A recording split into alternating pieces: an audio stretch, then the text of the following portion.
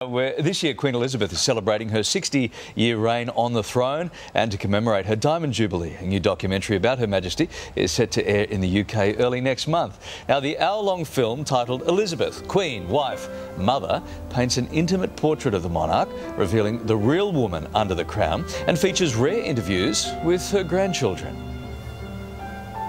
This is her old home, so she comes here quite a bit. It's great to see her because she just lights up when she sees it here, and I always wonder about how she must be missing her sister at this time, because when she comes back here, she remembers all her childhood. I gather this is where the Prince of Wales hosted the Queen's diamond wedding anniversary. Yes, as you can imagine, having all the family in one room was quite something.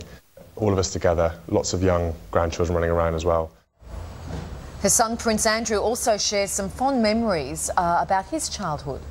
There's quite a gap between yourself and Prince Edward and Princess Royal and Prince of Wales. Were you conscious of being a split family in that respect, being the young ones? No, not at all. The only difference was that when we used to play cushion fights, the older ones were able to throw the cushions harder than the younger ones. And the highly anticipated doco reveals a softer side to Prince William as he talks about his wedding day jitters. So for more on this insightful documentary, we're joined now by royal commentator Frank Thorne. Good morning to you, Frank. Nice to see you. We rarely get a candid look at the royal family, although there seems to be a flood of candid stuff coming through at the moment. This is more than a biography. It seems that we're getting just a little bit more this time around. Yeah, this is a fascinating insight into the Queen as a person, rather than somebody who goes around pressing flesh and wearing crowns.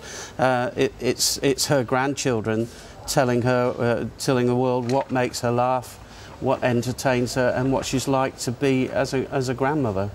What can you tell us? We just touched on it there, Prince William's wedding day jitters. What's that all about? Well, he tells on the documentary how on his wedding night, apart from the nerves pre-wedding night, the crowd... Sorry, pre-wedding night, not the wedding night, Not right? the wedding night, sorry. Big Sorry, difference. guys. That's okay. Yeah, pre-wedding night was the crowds outside Clarence House were so noisy that singing and cheering, he only got half an hour's sleep.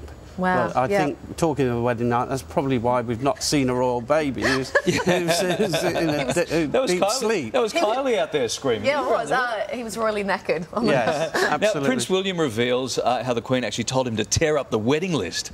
Oh, that's an interesting story. Well, he tells how he was like a stunned mullet when he saw this list of 777 people, not one of them that he nor Kate knew, and he plucked up the courage to ask his grandmother, what do I do about this? And she said, simple, tear it up, invite your friends, and then we'll fix the rest after that. So that's why the Beckhams were top of the list, I guess, and Julia Gillard and the first bloke were wedding crashers.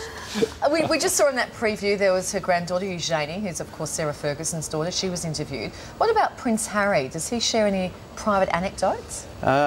They're keeping some of these things secret, obviously to entertain the viewers, but I'm told he does say that he, you know, when the Queen jumps, he's been a naughty boy.